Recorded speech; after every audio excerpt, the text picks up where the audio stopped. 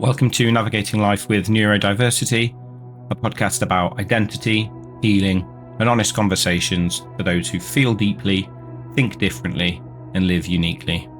My name is Matt, and I'm glad you're here. In today's episode, we're diving into a fascinating and important topic: attachment theory and neurodiversity. We'll talk about how the way we bond with others, our attachment style, plays out in neurodiverse relationships.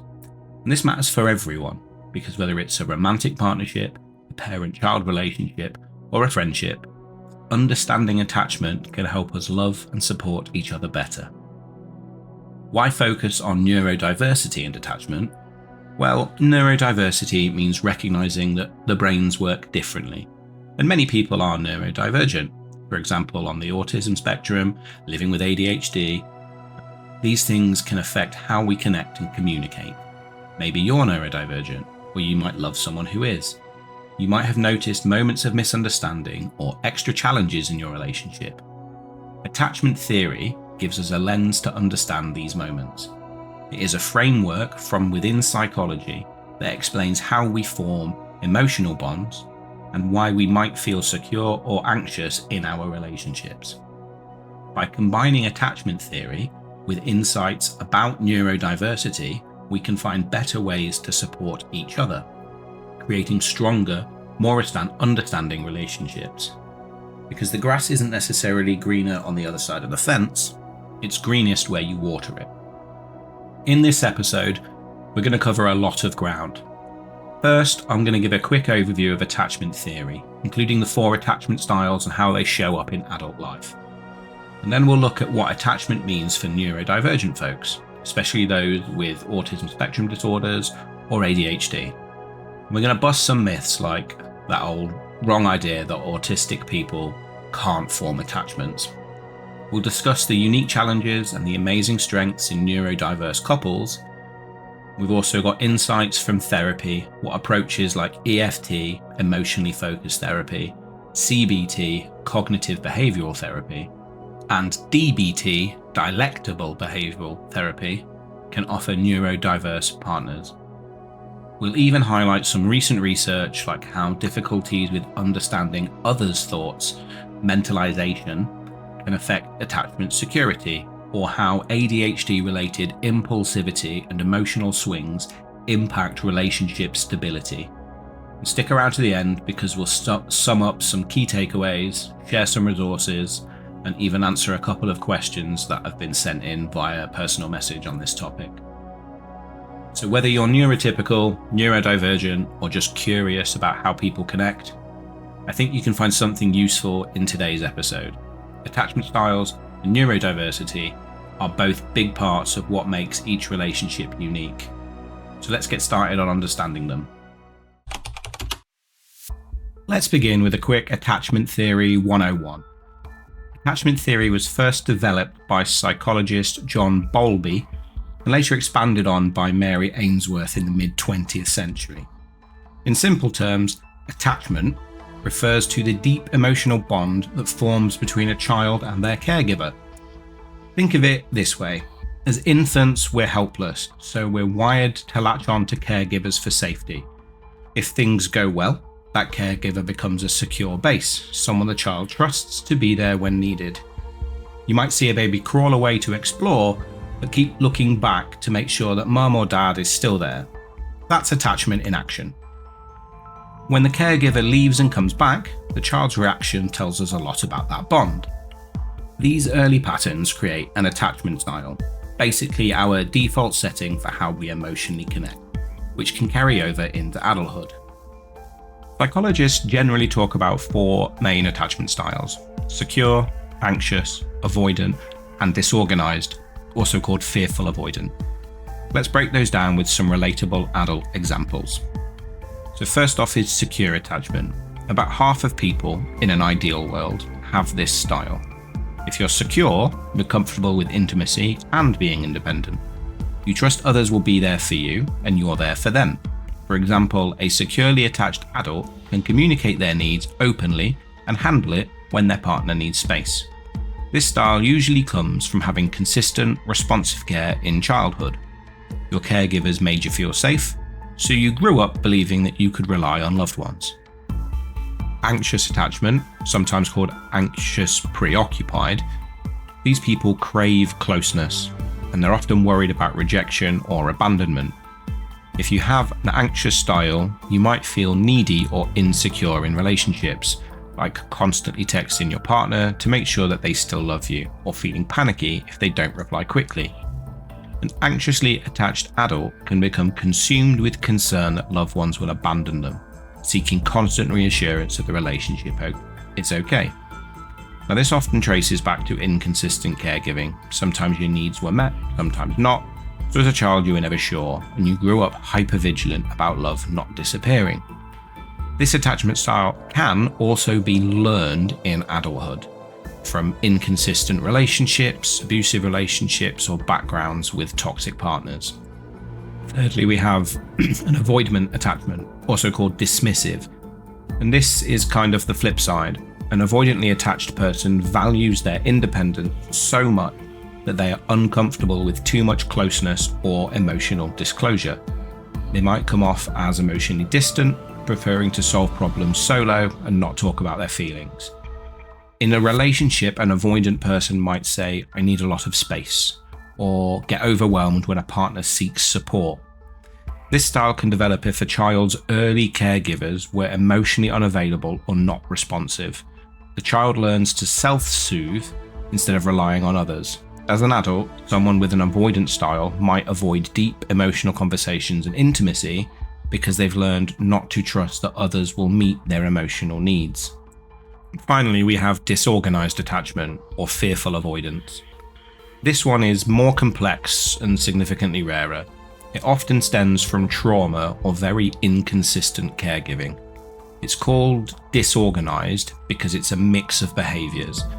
The person desperately wants connection, like someone anxious, but is also terrified of it, like someone avoidant. In adult relationships, a disorganized attachment might look like "come here, no, go away, I'm scared you'll hurt me, but I need you" cycles. There's a lot of fear involved. For example, a person might intensely seek closeness, then suddenly push their partner away or sabotage the relationship when it gets too intimate, because closeness itself feels unsafe. This can happen if a child's caregiver was a source of fear or harm. Imagine a child who wants comfort, but with a parent who is frightening and abusive. This result is an approach avoidance conflict that continues into later relationships. Disorganized individuals often struggle with self-regulation and trust, given their early experiences were so chaotic. This attachment style is often seen in people with bipolar disorder, borderline personality disorder, or similar conditions, and it stems from trauma in childhood. Now, an important point, attachment styles aren't set in stone. They can change with new experiences. You might be anxious with one partner, but find security with another who's very reassuring, for instance. Or a secure person under extreme stress might start behaving more anxiously or avoidantly. Think of attachment style as a tendency or default setting. Useful to understand, but each individual and relationship is unique. Also, we all have some mix of these styles. It's often a spectrum. Having a language for these patterns is really helpful. People often talk about hearing about attachment styles and not realizing they've been doing the pursue withdraw dance in their relationship for years. And when learning about attachment styles, they name it as the first step to change. One common dynamic we see is the pursuer-distancer cycle. Typically an anxious person pursuing a response and an avoidant person withdrawing. Each person's coping strategy triggers the other. The more one chases, i.e. talk to me, I need to know that you're here for me, the more the other runs, quotes like, I can't handle this right now, and then it spirals. Understanding that these reactions come from attachment fears, fear of abandonment on one side and fear of being overwhelmed or rejected on the other, can help couples to break this cycle. The pursuer can learn to give a bit of space, and the withdrawer can learn to give reassurance before taking space. We'll talk later about how therapies like EFT help with exactly this, turning that cycle of protest poker into a secure connection. So that's attachment theory in a nutshell. Now, keep these styles in mind as we shift onto our main focus, which is how attachment plays out for neurodivergent individuals. Start by defining neurodiversity, in case some listeners are new to the term. Neurodiversity simply means there's a natural variation in how our brains work. Conditions like autism and ADHD are examples of neurodivergence. Different neurological profiles that are part of humans' natural diversity. Being neurodivergent often comes with differences in social communication, sensory experience, attention, and emotional regulation. So you might wonder, do those differences affect how someone forms attachments or what their attachment styles look like? The short answer is yes, they can, but perhaps not in the simplistic ways that people used to think. There is a harmful myth out there that autistic people lack attachment or don't love others. To dispel that right now, autistic individuals do form deep attachments and love their family, partners, and friends. They just might express it differently. In fact, studies have shown that many children with autism form secure attachments to caregivers, using them as a safe space, similar to neurotypical children. One early study described how infants with autism still showed attachment behaviours like making eye contact, touching, vocalising, and showing distress when a caregiver leaves. So the capacity to attach is absolutely there. The difference is that some traits of autism, like difficulty with social cues or sensory sensitivities, can make those attachments appear unusual to outsiders or can sometimes strain the typical back and forth of bonding. As an autistic adult, I want people to know that I do feel love and empathy, even if I don't always show it in a standard way. For example, I might not say I love you all the time or enjoy big hugs, but I might show love by spending time in your interests or doing practical things for you. For example, I'll fix your computer or remember to do a chore that helps you out, and that is me saying I care. Research backs this up. Autistic individuals often feel affection and empathy, but may struggle to express it in conventional ways. Our brain's empathy circuits work differently, but different doesn't mean lacking. So if an autistic person isn't giving you the Hallmark movie kind of romance, it doesn't mean that they don't love you. They might just be speaking love in a different language. And that's important, because in attachment terms, an autistic partner might securely feel attached, but show it differently.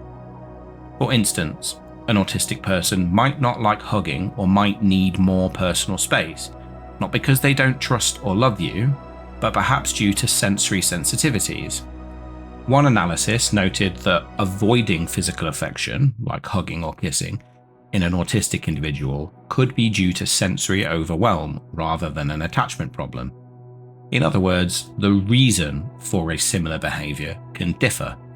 A neurotypical person with an avoidant attachment might pull back from hugs due to a fear of closeness, whereas an autistic person might pull back because the hug feels physically overwhelming. Their need for love is still there, it's just the expression that differs. How about ADHD, for example, attention deficit hyperactivity disorder? This can also influence attachment. People with ADHD often struggle with impulsivity, focus, and emotional regulation. If you think about it, those challenges can impact relationships a lot.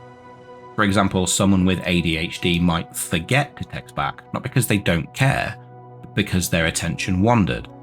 Or they might blurt out something hurtful in a heated moment due to impulsivity, even though they deeply love their partner. Over time, these patterns can create insecurity on both sides. In fact, research shows adults with ADHD have a much higher incidence of insecure attachment styles than the general population.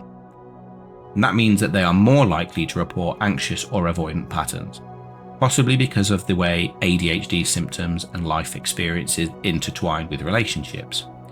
If you grew up with undiagnosed ADHD, for instance, you might have frequently been scolded or felt hard to handle, which could contribute to feeling insecure in relationships later.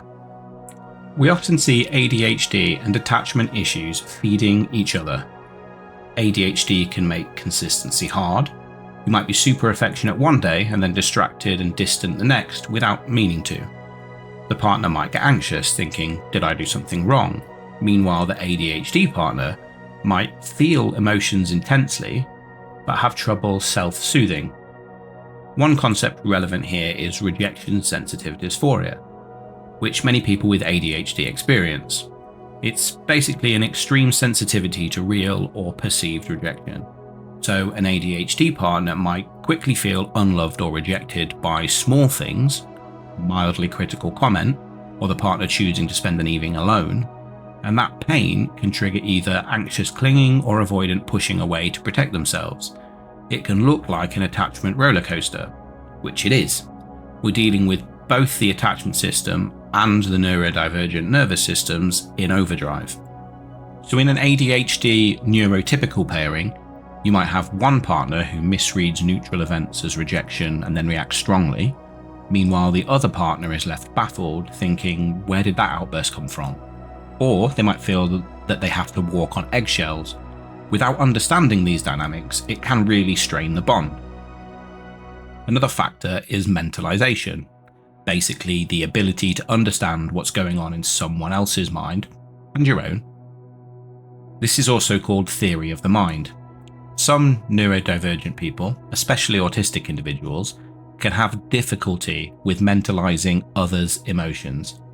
If you struggle to read social cues or interpret facial expression, you might not realize your friend is upset with you, or that your spouse needs a hug after a bad day, unless they say it plainly. And this isn't because you don't care, it's a neurological blind spot in picking up unspoken signals. Research has noted that people on the autism spectrum often have trouble recognizing and responding to others' mental states or emotions, due to these mentalizing difficulties. Now imagine how that affects attachment. If you miss cues, you might inadvertently not respond when your partner reaches out for comfort, causing them to feel insecure, or the neurotypical partner might misinterpret the autistic partner's blank expression as a "they don't care," when in reality, the autistic partner simply isn't reflecting emotion on their face or didn't catch the hint, and these crossed wires can lead to a lot of pain if not understood. To illustrate this with a story, meet the fictional couple Alex and Sam. Alex is neurotypical with an anxious attachment style, and Sam is autistic with what looks like an avoidant attachment style. In the early days of their relationship, Alex would often say things like, "I feel like you don't care about me," because Sam didn't initiate cuddling, or often said they needed time alone in the evening. Alex, who fears rejection, would interpret Sam's need for alone time as a bad sign. Are they mad at me? Do they secretly not love me? So Alex would pursue Sam more, texting frequently, asking, "Are you okay? Is everything alright with us?" seeking reassurance. Sam, on the other hand, would feel overwhelmed by these texts and questions. After a long day of navigating social interactions at work, Sam's autistic brain was exhausted and just needed some quiet downtime. This is sometimes called autistic burnout, or simply recharging. Sam's withdrawal wasn't about Alex at all, it was about recovering their own energy. Alex didn't know that, and Sam didn't know how to explain it in a way that Alex would understand. The result? Miscommunication. Alex's anxious attachment system was triggered by Sam's behaviour, and Sam's stress was amplified by Alex's intense emotional demands at the wrong time. They hit a lot of ruptures, moment of disconnection and hurt. And as one resource points out, neurodivergence can increase the risk of ruptures in relationships and make it harder to repair trust afterwards if you don't address what's happening. Alex might start believing maybe I'm just too much for Sam, and Sam might think Alex will never understand my needs. These beliefs can harden into an insecure attachment loop between them. The good news is that once Alex and Sam learned about their neurodiverse differences and their attachment triggers, they could start to turn things around. Alex learned that Sam withdrawing each evening wasn't a silent treatment or a sign of lack of love. It was Sam's way to self-regulate. And Sam learned that a small gesture could reassure Alex, even if it was something as simple as saying, "I love you, I just need some quiet time to recharge, I'll be back." Or sending a text later at night to connect. This is actually a strategy we call a ritual of connection or ritual of separation. For example, one psychologist suggests that anxiously attached individuals feel safer if a partner creates consistent little routines, like always saying goodbye with a hug and "I'll see you tonight," maybe a check-in text during the day. Those predictable gestures can greatly soothe an anxious attachment. Alex and Sam started doing that. A good night message every night, even if apart. A hug before Sam went into alone time mode. Over time, Alex became less anxious and gave Sam more space. And Sam felt safer to show affection when rested. They essentially taught each other how to meet their attachment needs in a neurodiversity-friendly way. It highlights something crucial. Communication and understanding are key. Neurodivergent people often express attachment and love differently from neurotypical partners, as this story illustrates. But different doesn't mean deficient. An autistic partner might be incredibly loyal and show love through actions rather than words. An ADHD partner might bring fun, passionate energy to the relationship, even if they forget the occasional appointment. In the next section, I'm going to delve deeper into relationship challenges and strengths common in neurodiverse couples. But before I move on, to tackle one more misconception explicitly, the idea that neurodivergent individuals don't form secure attachments. In reality, they absolutely can and do. Studies, while mixed, have found a sizable proportion of autistic children, around 47 to 53%, have secure attachments to caregivers, only somewhat lower than in neurotypical populations. And many autistic and ADHD adults have loving, long-term relationships. It's just that neurodiversity can sometimes make insecure attachment more likely if the person's needs aren't understood or met growing up.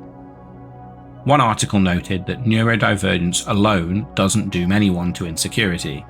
It's often one piece of a complex puzzle. Plenty of neurodiverse kids and adults are secure, especially when their caregivers or partners respond to their unique communication and sensory needs. So the takeaway, neurodivergence doesn't equal insecure attachment, but it can influence how attachment behaviours manifest. At this midpoint, I hope it's become very clear that I put an awful lot of time and research into some of these posts. If you or someone you may know may benefit from the insights shared within this episode, please like, subscribe, share it around.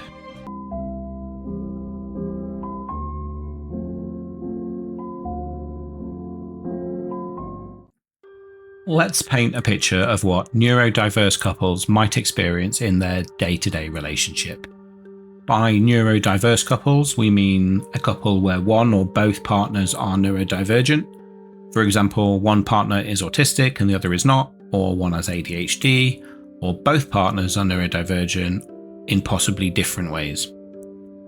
These relationships can be incredibly rich and fulfilling, but they may also face some unique challenges. And we'll talk about the tough stuff, the miscommunication, emotional regulation issues, differing needs, and the wonderful strengths like the fierce loyalty, honesty, a deep connection over shared interests, and a creative problem solving. First, the challenges. One big one is miscommunication. Neurodivergent and neurotypical brains can be like speaking slightly different dialects of the same language. For example, neurotypical people often rely on subtle non-verbal cues, a sigh, a tone of voice, a look, to convey or interpret meaning.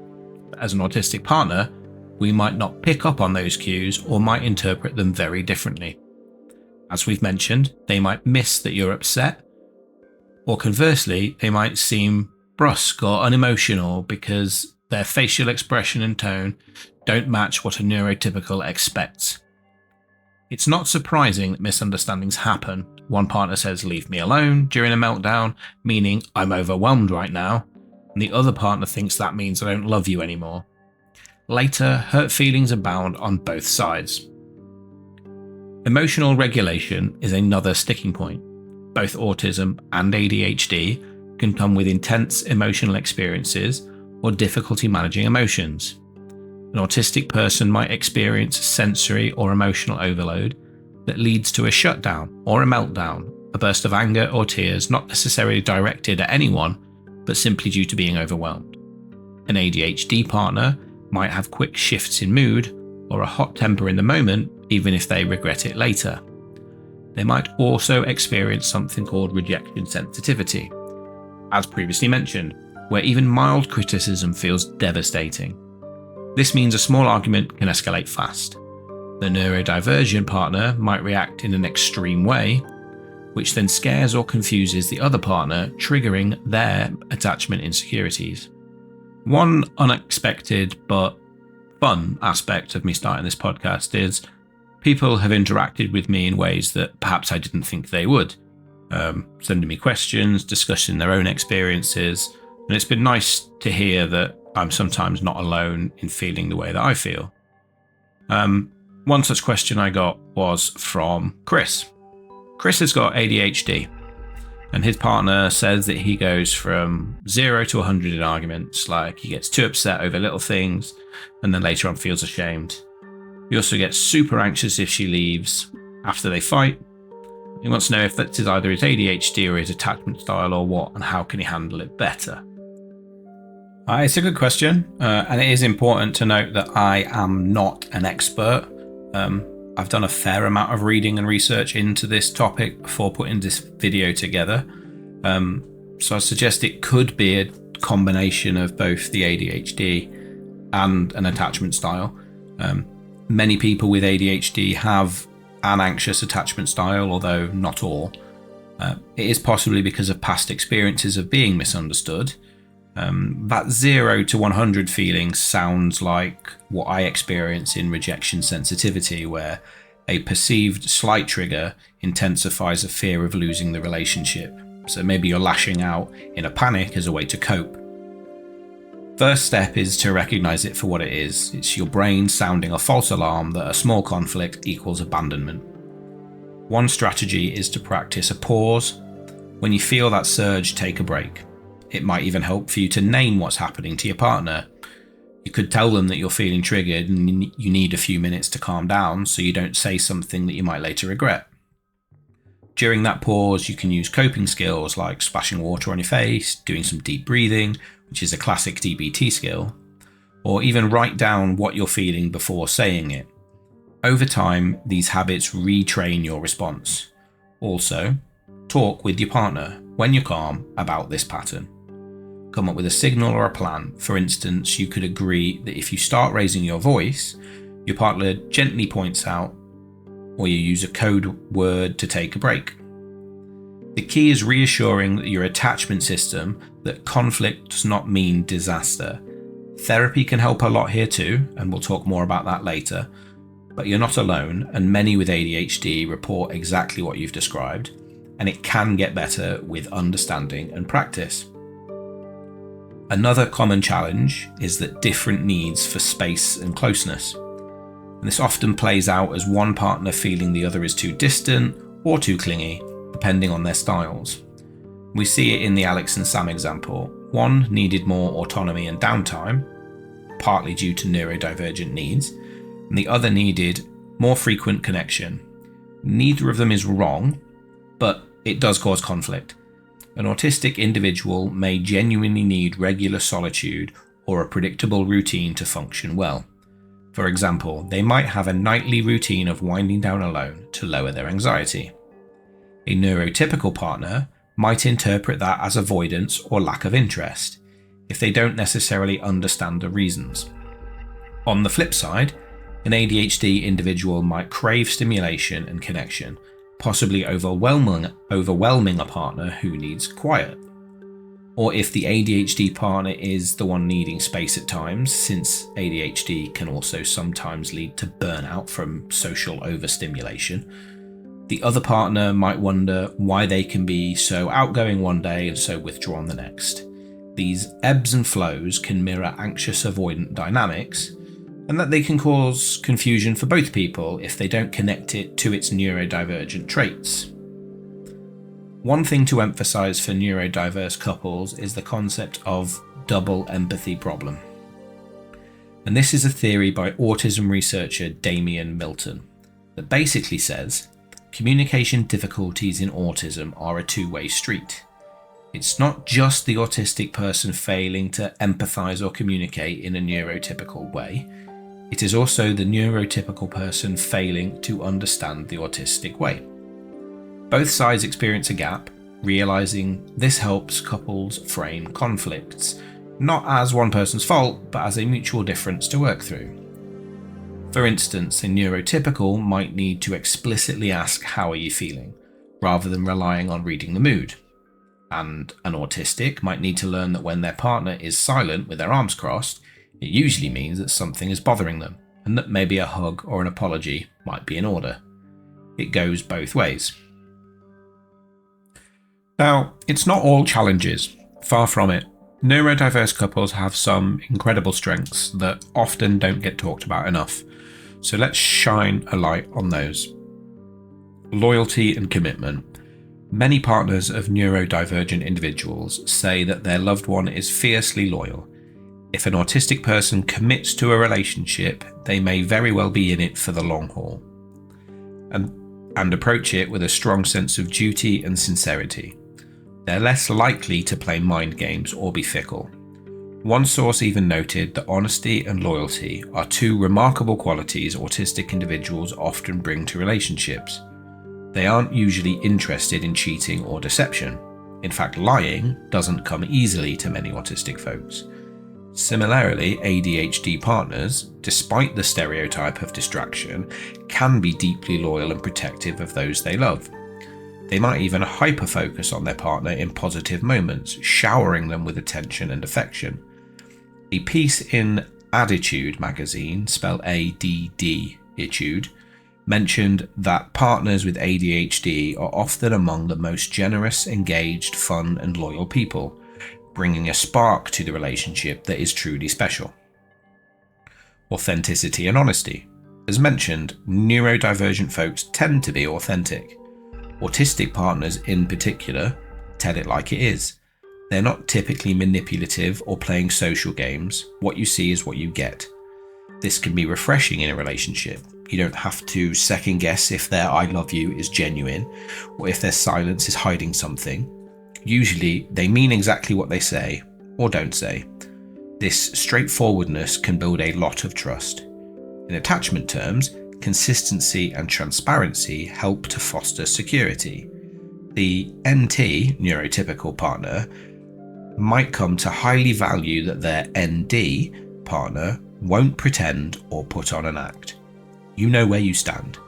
As one resource puts it, the autistic partner's allegiance to the truth can sometimes override social niceties, but it engenders trust in the relationship because you know they're not trying to deceive you.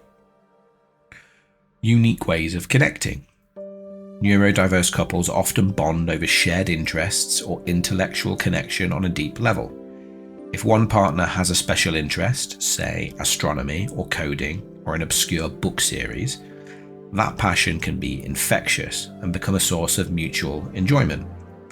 Engaging in these interests together can create a very strong emotional connection that's different from typical lovey-dovey romance, but just as meaningful. It's like creating your own world together.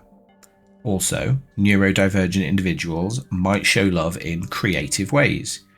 We heard an example, an autistic spouse ironing shirts or fixing things as a love language. An ADHD partner might write a spontaneous love note or plan a surprise outing full of excitement. When both partners recognize these as expressions of love, it's very bonding. Problem solving and resilience. Many neurodiverse couples get very good at problem solving because, frankly, they have to navigate atypical challenges. If you've ever seen two people, say one autistic and one neurotypical, negotiating a social event, it's like watching expert diplomats. Okay, you handle the small talk, I take breaks every 20 minutes, and we'll have a signal if we need to leave early. these types of things are quite common.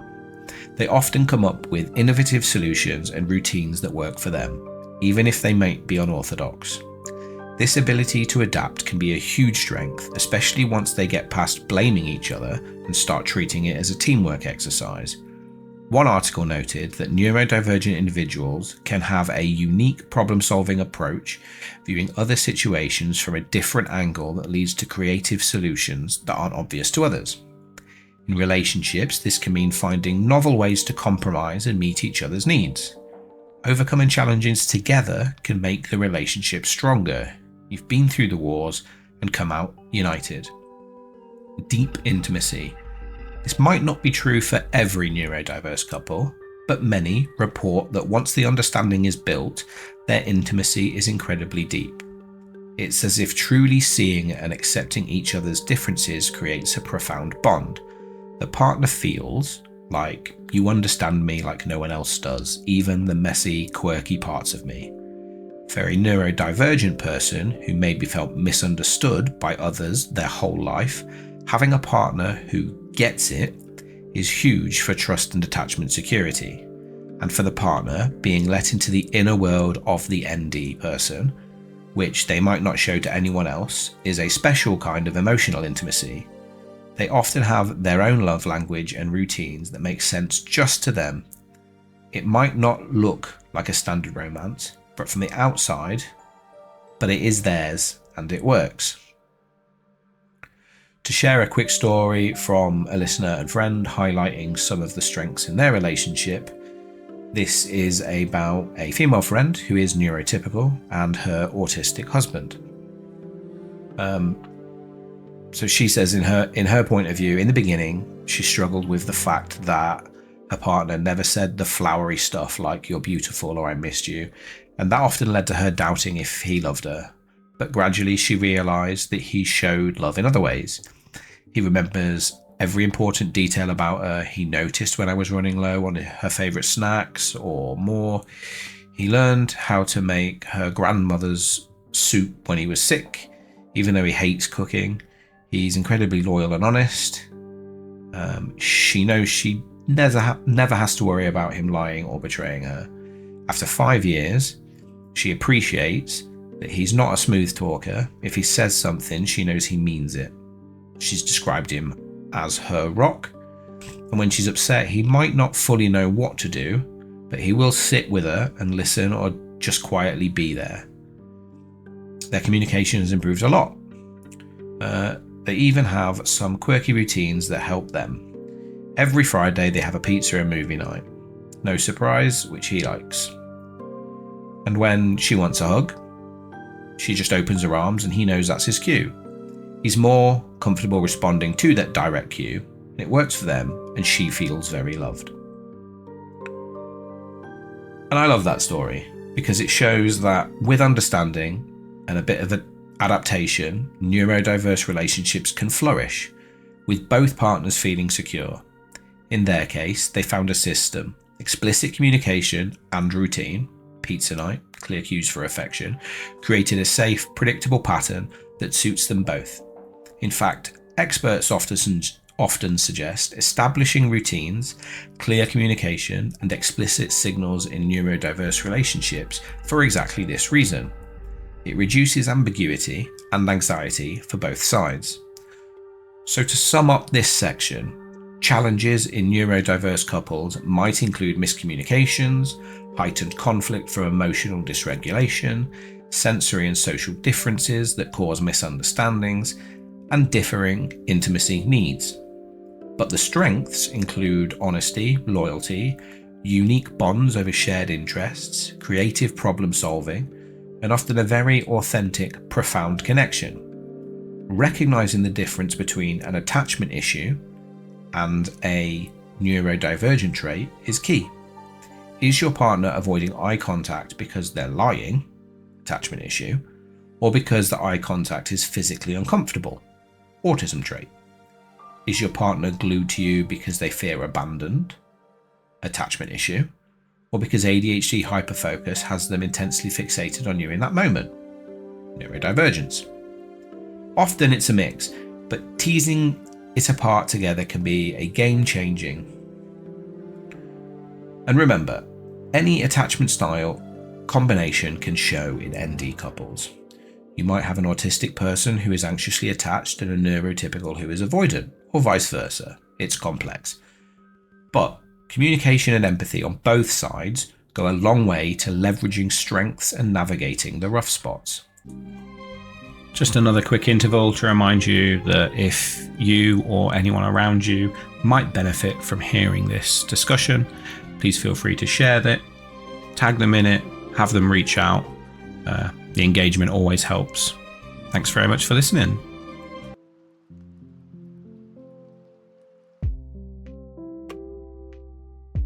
So if you've been listening to any of this and thinking, this is me or this is us, what can we do to make things better? This section is for you. The great news is that there are therapeutic approaches and practical strategies specifically geared towards helping neurodiverse couples and individuals foster more secure attachments and better communication.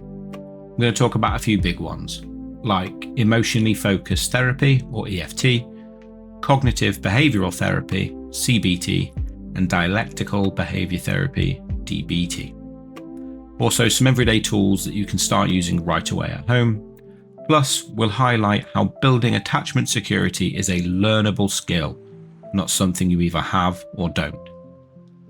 So let's start with emotionally focused therapy, or EFT for couples. EFT is a well-researched, short-term couples therapy approach delivered by Dr. Sue Johnson. Based directly on attachment theory, the goal of EFT is to help partners create a secure bond by identifying the emotional needs under their conflicts and fostering empathy and connection. It's all about changing those negative cycles, like the pursue-withdraw cycle we've discussed, into positive ones. How does it work? In EFT, the therapist guides the couple through recognizing the deeper feelings they might not be expressing. For example, instead of the surface anger, like you've never done the dishes, the therapist helps one partner say maybe, I feel lonely and worried, you don't care when we don't spend time together, revealing the vulnerable feeling. The other partner is helped to really hear that and perhaps respond with reassurance instead of defensiveness. Over multiple sessions, couples practice this safer, emotionally honest communication. Why EFT is so great for neurodiverse couples? Because it doesn't assume the couples communicate in a neurotypical way. It actually creates a structured space for communication. The therapist often acts as a translator or mediator, which can be very useful if one partner struggles with emotional expression, like alexithymia in autism, difficulty identifying and naming emotions, or if one tends to withdraw. EFT slows things down and focuses on the feelings and the needs underneath the behaviors. For example, an autistic partner who goes quiet might, with the therapist's help, learn to say, it's not that I don't care, it's that I'm overwhelmed right now. The neurotypical partner might learn to hear that as, I need comfort too. I'm just showing it differently, instead of as rejection. Importantly, EFT frames negative behaviors as protests of disconnection, basically attachment distress signals. So an angry outburst or a shutdown is seen not simply as bad behavior, but as a sign of unmet attachment needs, like I'm scared you'll leave or I feel not accepted as I am. This perspective can build empathy. Partners begin to see each other's inner child, so to speak. Rather than villainizing each other, over time, EFT helps couples become more emotionally available and responsive to each other, creating a safe haven in the relationship.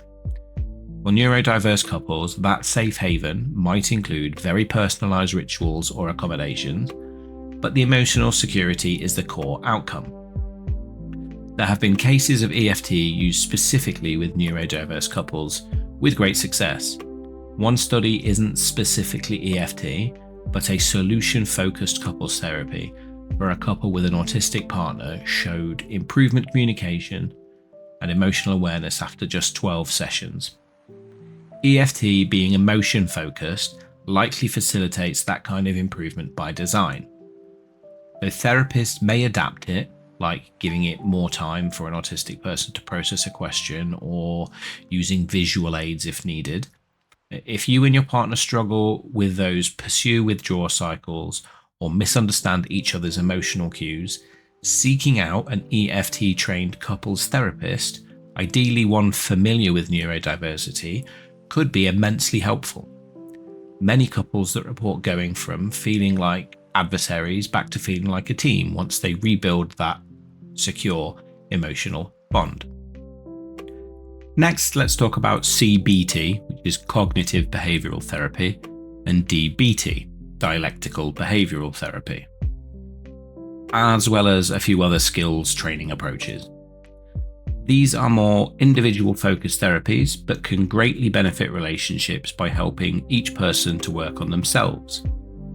CBT is about identifying and changing unhelpful thought patterns and behaviors.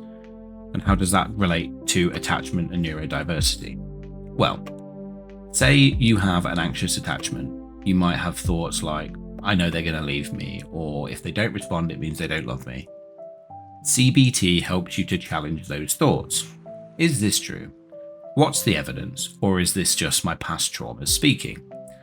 For a neurodivergent person who maybe has low self-esteem from years of not fitting in, CBT can address core beliefs like I'm not good enough for anyone, which fuels insecure attachment.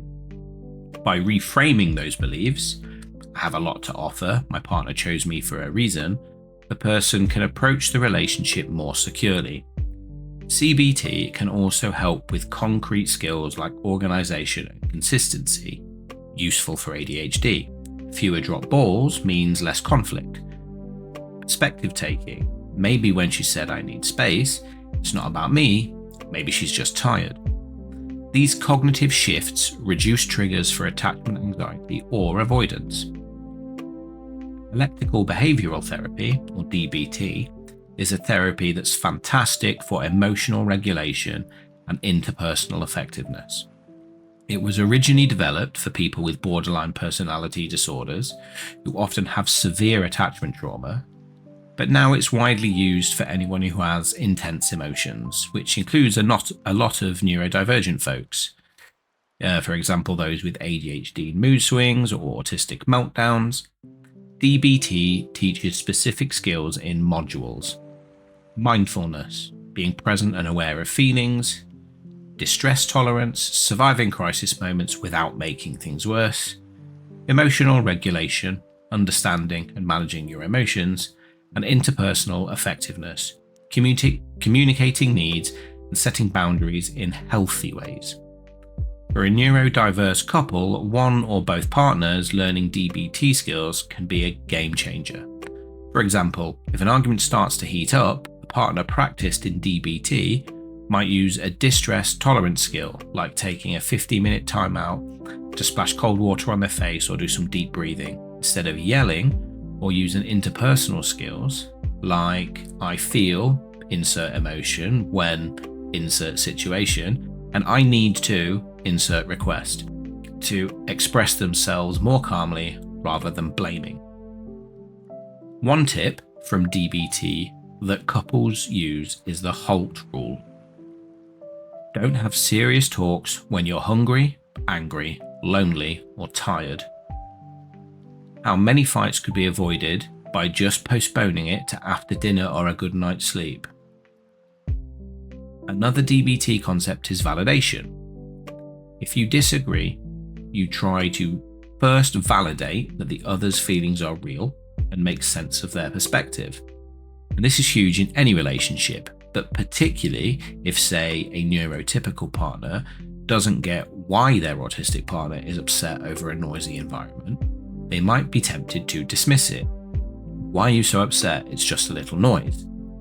A DBT informed approach would be, I understand loud noises can be really overwhelming for you. Let's step outside where it's quieter. This de-escalates situations effectively.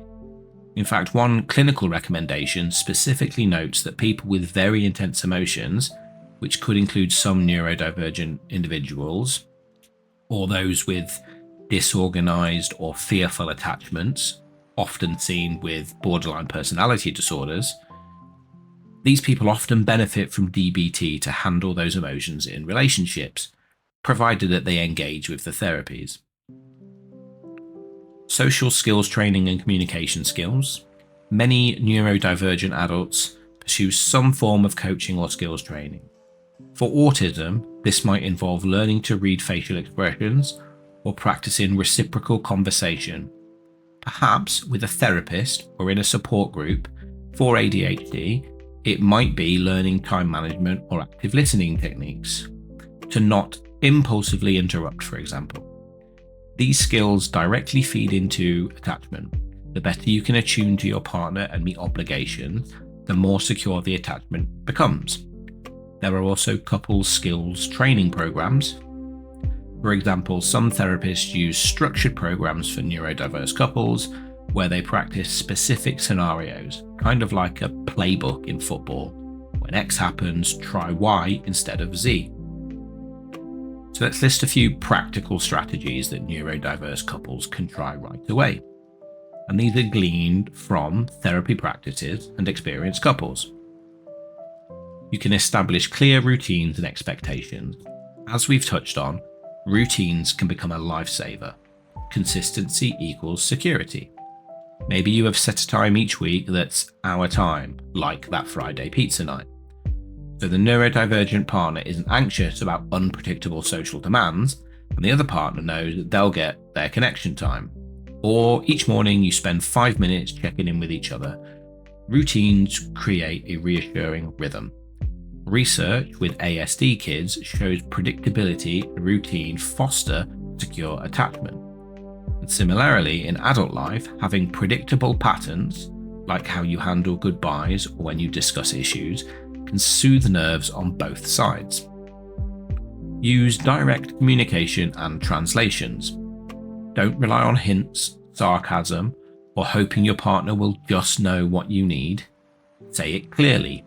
This might feel unnatural if you're not used to it, but it prevents so many misunderstandings. For example, instead of sulking and hoping your partner notices you're upset, you might say, "Hey, I'm feeling a bit ignored. Could we talk or cuddle for a few minutes?" On the flip side, the neurodivergent partner might need to express things explicitly too. "I'm not great with the flowery words, but I want you to know that I really appreciate you making dinner." Or even, "I love you. No, I don't say it often, but I do." Creating a shared vocabulary or signals can help. Some couples can even develop a color code or use emoji text to signal feelings when verbal communication is hard. For example, sending a blue heart emoji might mean "I'm feeling down, need some comfort." It sounds silly, but for someone who struggles to articulate emotions in the moment, it's a vital tool. The key is tailoring communication to be clear and concrete, which might include writing. In fact, using visual or written communication can be great. One resource suggests things like notes, emails, or even a whiteboard at home can be easier for autistic individuals to process instead of spoken word. If a face-to-face confrontation is too intense, try writing a letter or email to each other about the issue. It gives the ND partner time to absorb and respond without pressure. One thing that I personally do is use the Notes app in my phone. I will pre-write my conversation and edit it over a few days to make sure that the point I'm trying to make is well made. The trick is to make sure you're sending it to someone that's receptive to reading it. Respect sensory and emotional needs. This is huge in neurodiverse relationships. Have open conversations about sensory preferences. Maybe one partner needs a low light, quiet space at the end of the day to decompress, so you agree that from 6 till 7 p.m. they take that time while the other one handles the kids or does their own thing. Or one partner might really find touch like massages or hand-holding, soothing and connecting. So they ask the other, who might be touch sensitive, when and how can we incorporate touch in a way that you're comfortable with? Perhaps they discover they like firm pressure but not light touch, so a good compromise is a 10-second firm hug each morning. Being mindful of things like noise, lighting, crowds, etc., especially for the sensory sensitive partner, is a form of love and attachment support. It shows, I care about your inner experience and I will adjust to make you comfortable. Likewise, respecting emotional needs means if one partner needs more reassurance, you learn to give it. I love you, I'm not leaving, said in different ways, frequently. If that's what they need to hear, if the other needs more space, you don't take it personally and allow them that breather. It's a dance of meeting in the middle. Developing a repair process for conflicts. No matter how well you plan, conflicts will happen. What's critical is how you repair afterwards. We mentioned rupture and repair earlier. Couples should create a toolbox for repair. This might involve taking a time out if things get heated, but importantly, coming back to address the situation later. Avoidant folks, this means you. And then practicing making sincere apologies and forgiveness. Neurodiverse couples might need to explicitly learn how to apologize and forgive in each other's language. For example, an autistic person might prefer a very straightforward apology. I realize I hurt you by doing X. I'm sorry, it won't happen again. Without too much reading between the lines, their partner might need to hear an emotional component. I feel really bad that I hurt you. Coaching each other on what a good apology looks like for you can help. And when someone makes an effort to repair, try to acknowledge it and let it in. Over time, consistent repair builds greater trust. You both learn that even if we fight, we can find our way back, which calms the attachment alarms. Use external tools. Sometimes tools like reminder apps, calendars, or written agreements can minimize friction. If the ADHD partner forgets appointments or promises, set phone reminders for them or have a shared Google Calendar. If the autistic partner has trouble initiating conversations, maybe have a journal you can pass back and forth each week with notes to each other. It might seem mechanical, but it's scaffolding that holds up the relationship while you build those skills. For instance, a couple might have a whiteboard on the fridge that says, "This week I felt loved when you blank," and they fill it in for each other. It encourages positive feedback, and it also clues the partner into what actions mattered. Educate yourselves. Learn about each other's neurotype. If you're an NT with an autistic partner, read books or blogs by autistic adults about relationships. If you're ND with an NT partner, maybe read about attachment styles or typical communication differences. Both of you learning about neurodiversity and attachment science can make it less personal. It's not that you're doing this to annoy me, it's that, oh, this is a known ADHD thing, or this is my anxious attachment acting up. It gives you a target, the pattern, instead of blaming the person. All of these strategies boil down to one core thing: creating a more secure attachment bond despite neurological differences. And it is possible. With patience and practice, an insecure pattern can gradually become more secure. Attachment research even shows that people's attachment styles can shift towards security over time when they are in a stable, understanding relationship or therapy. One blog encouragingly put it, "Your attachment styles can change and you can learn to attach more securely." Basically, we're not robots doomed by our past. The brain is plastic. New experiences can reshape how we connect.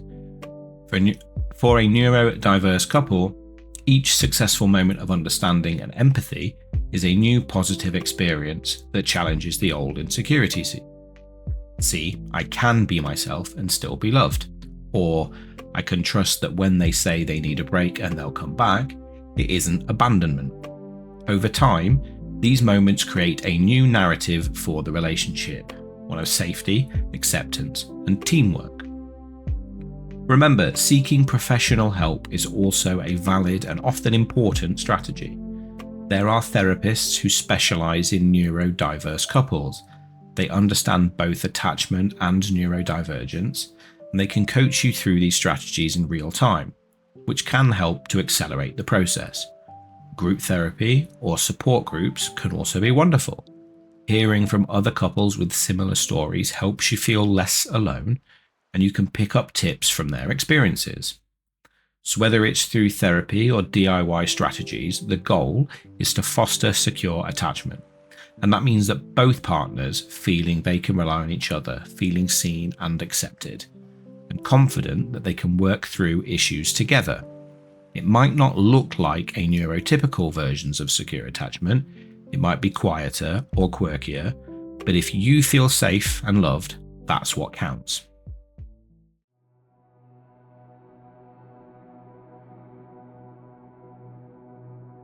In this section, we're going to get a bit nerdy, but in the best way, and look at some of the latest research findings at the intersection of attachment and neurodiversity. For those who love the science, this is for you. But if you're not a research junkie, don't worry, I'm going to try and keep it understandable and highlight why it matters for real relationships.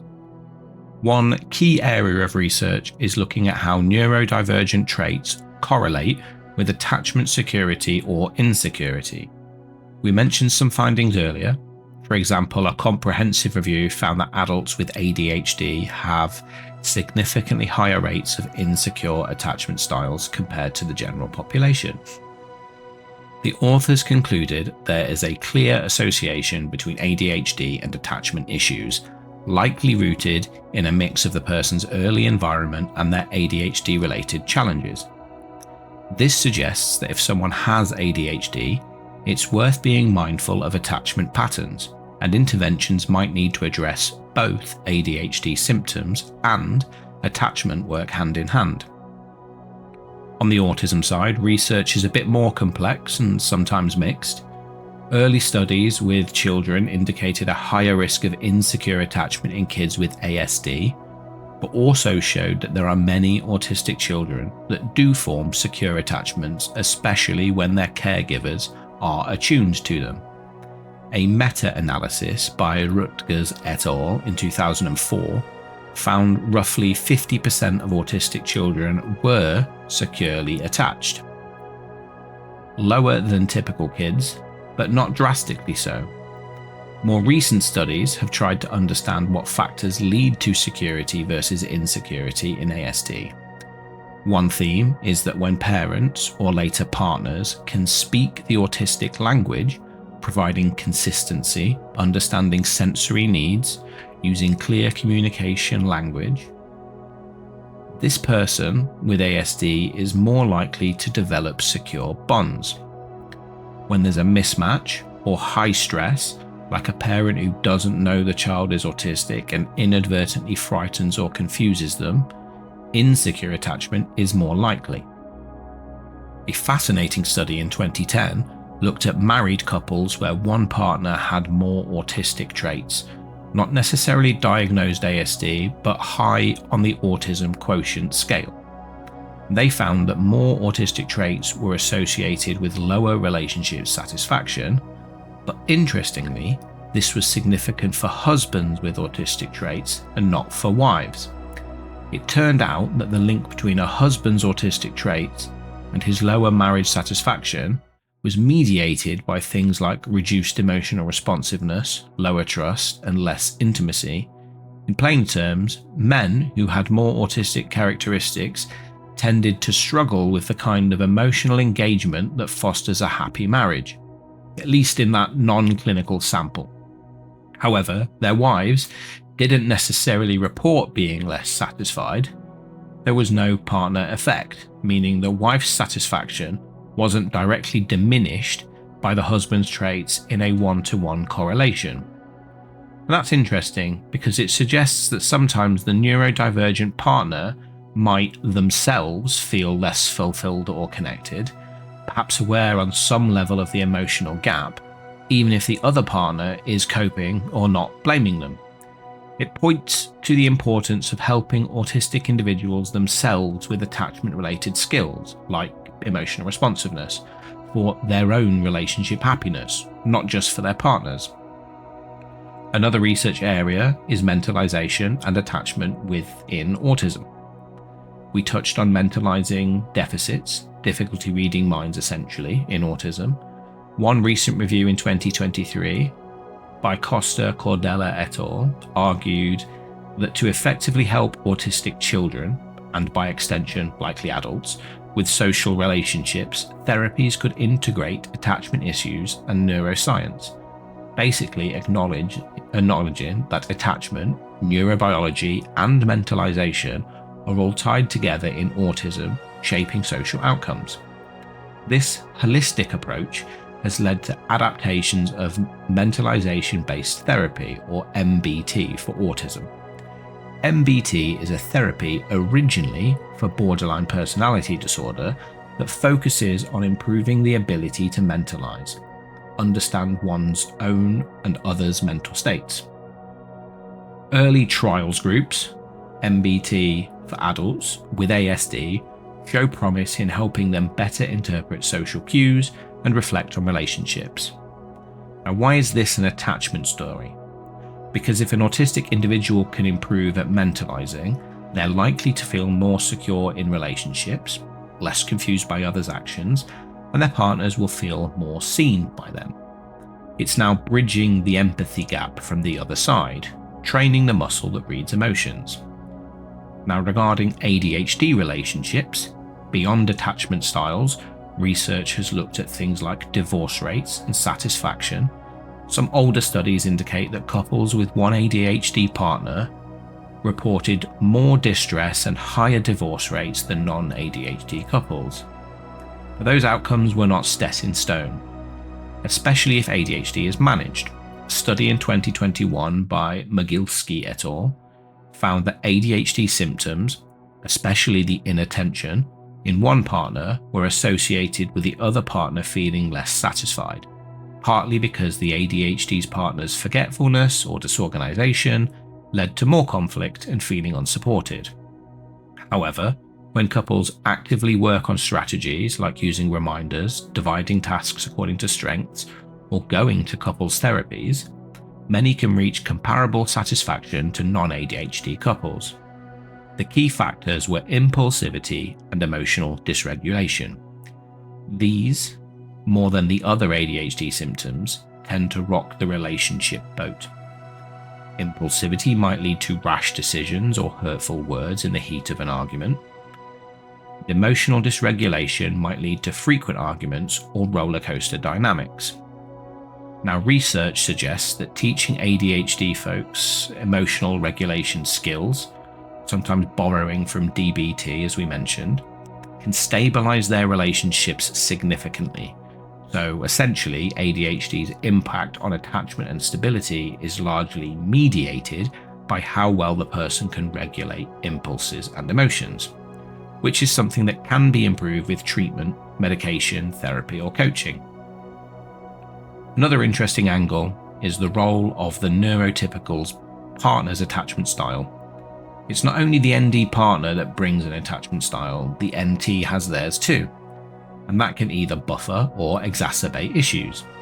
A study highlighted that if a neurotypical partner has a secure attachment, they might better weather some of the storms, providing steady reassurance to an anxious ADHD partner, or patiently giving space to an avoidant autistic partner. On the other hand, if you have, say, an anxious neurotypical and an avoidant autistic together without awareness, it can become a massive challenge. Recent couples research suggests matching interventions to these patterns. For example, if one is anxious and the other avoidant, therapy might focus on helping one to self-soothe so they're not constantly panicking, and the other to reach out more so they don't stonewall. In neurodiverse terms, if the anxious one is ADHD with RSD and the avoidant is autistic with shutdowns, the work is quite tailored. Maybe the ADHD gets therapy for the RSD triggers and the autistic learns scripted ways to understand stress. Lastly, I want to mention research on the positives outcomes side. We often focus on the problems, but what about the unique positives? There is emerging qualitative research where neurodiverse couples are interviewed about what makes their relationship work. Common themes that come up are deep appreciation of the other's differences, complementary skills, like one might be detail-oriented, the other the big picture, which together makes them a great team.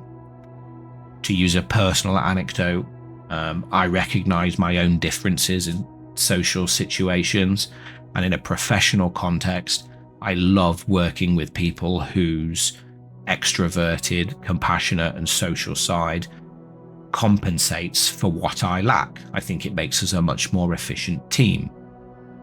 Some neurotypical partners report that being with a neurodivergent mate taught them to communicate more clearly and be more accepting of differences in general, which improved not only that relationship, but also their other relationships. And neurodivergent partners often say they've grown in emotional awareness or social skills thanks to the patience and feedback of their partner. It's a two-way street of growth. So, academically, there's interest in studying these strengths more systematically. What conditions enable neurodiverse couples to thrive so that therapists can promote these conditions for others? To wrap up the research highlights, mentalization difficulties in ASD can impede attachment, but therapies are being developed to tackle it. Insecure attachments are common with ADHD, largely due to impulsivity and emotion issues, but addressing those can improve relationship stability. Many autistics do achieve secure attachments, especially with supportive understanding communication, predictability, and structure help. Autistic traits might lower relationship satisfaction, but it's for the autistic individual. If emotional intimacy is low, pointing to a need for interventions focusing on building intimacy and responsiveness on both sides. Early studies on therapy, specifically for neurodiverse couples, show improvements in communication and emotional awareness, validating that seeking therapy can yield measurable benefits. All of this research underscores a hopeful message. With better understanding by both science and society of neurodiverse attachment, we can develop better tools and supports. Couples don't have to figure it out alone in the dark. There's growing knowledge to light the way ahead. I appreciate we've covered quite a lot in today's episode, from the basics of attachment theory to the nuances of neurodivergent communication, from relationship challenges to therapy tips and research findings. So let's just summarize the key insights and end with some encouragement and resources. The key takeaways: attachment styles: secure, anxious, avoidant, disorganized. They are patterns of bonding that start in childhood and influence how we behave in adult relationships. They are not labels to put you in a box, but tools for understanding your fears and needs in love. Everyone can move towards security with the right support. Neurodiverse individuals, like those with ASD or ADHD, absolutely form attachments and desire love and connection.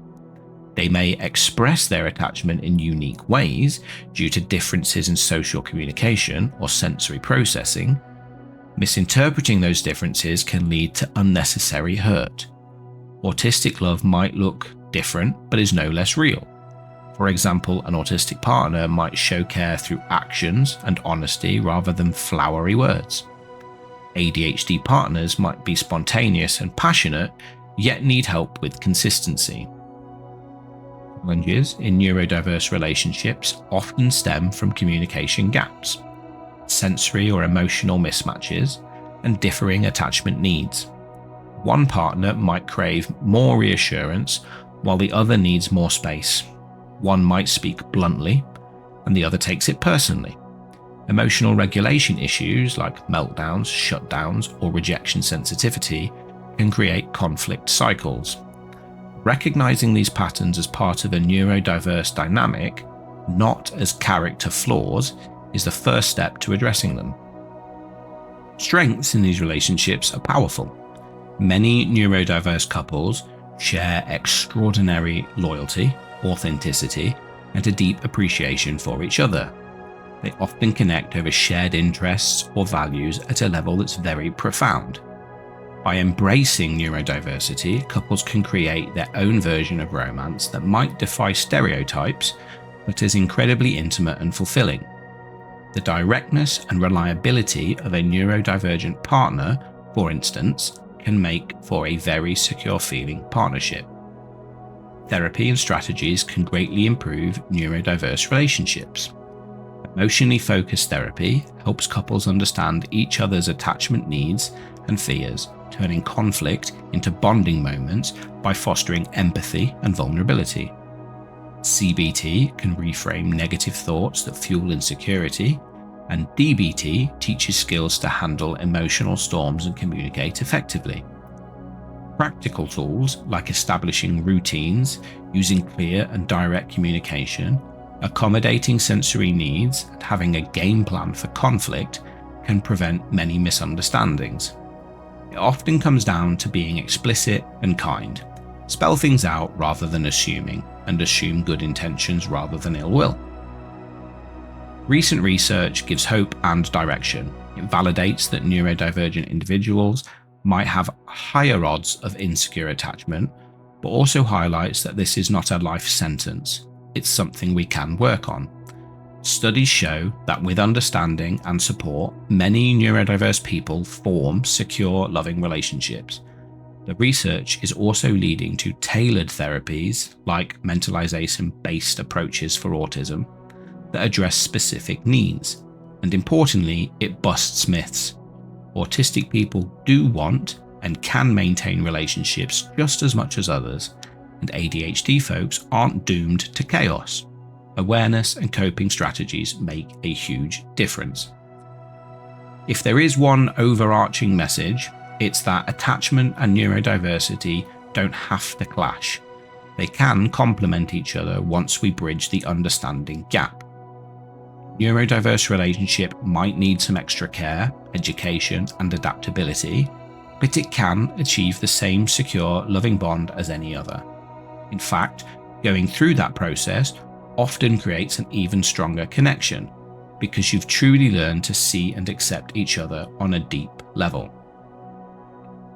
To all the neurodiverse individuals and their partners out there, you're not alone. Your relationship isn't broken or doomed because of neurological differences. It may be different, yes, but different can be beautiful.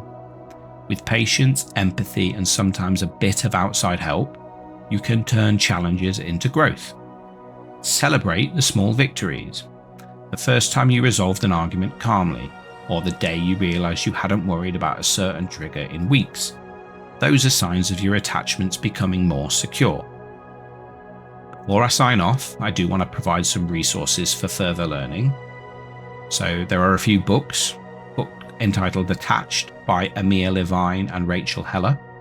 A great intro into attachment styles in relationships, not neurodiverse specific, but a very useful foundation. The ADHD Effect on Marriage by Melissa Orloff, an excellent guide specifically for ADHD and neurotypical couples. It's full of practical advice and understanding. Or Loving Someone with Asperger's Syndrome by Cindy N. Ariel offers insight and strategies for couples where one partner is on the spectrum. We've got therapy and support. If you think professional help would benefit you, look for therapists who mention terms like neurodiverse couples therapy or neurodivergent affirming therapy. There are also online communities and directories, for example, neurodiverse couples support groups on Facebook, and sites like the AANE, the Asperger's Autism Network, that offer support groups for couples.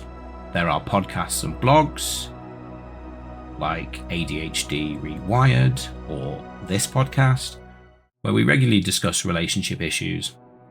Don't hesitate to reach out, because sometimes hearing others' similar experiences is incredibly validating. There are also online communities. Reddit has positive communities like r/autism partners or r/ADHD_partners, where people share experience and tips. There's also the Neurodiverse Couples section on Wrong Planet, which is an autism forum for general attachment work. You've got the Attachment Project website, which has got free quizzes and articles. And places like the Gottman Institute offer science-based relationship advice that can be adapted to your situation. As one final call to action, I invite you all to share your experiences or questions with me. Did something in this episode resonate with you? Do you have a story overcoming an attachment challenge in a neurodiverse relationship? Or maybe still you're struggling with one? I'd love to hear it. You can email me or comment on any of the social medias. Your story might help someone else feel less alone. We may feature it in a future episode, with permission, and anonymously if preferred. Also, if there's a specific topic you'd like me to cover in the future, maybe parenting when you're neurodivergent, or friendship dynamics in neurodivergent, then let me know. The podcast is all about understanding and connection, and that works best when it's a two-way conversation with me and you. Thank you for spending this time with me. I hope that you're walking away with a deeper understanding of yourself or your loved ones. Remember that every brain is different, every attachment is unique, and there is no wrong way to love. It's about finding out what works for you and nurturing that. Be kind to yourself and to each other. If you enjoyed this episode, please subscribe, leave me a review. It really helps others to find the show. I will pin all the sources and resources mentioned in today's show in my notes. I'll put links and references out there for anyone who's research-minded and curious to learn more. See you next time. Thanks for listening to Navigating Life with Neurodiversity. If this episode resonated, follow on Spotify or wherever you get your podcasts from. Share it with someone you care about or leave a review. It all helps more than you know. Until next time, be kind to yourselves.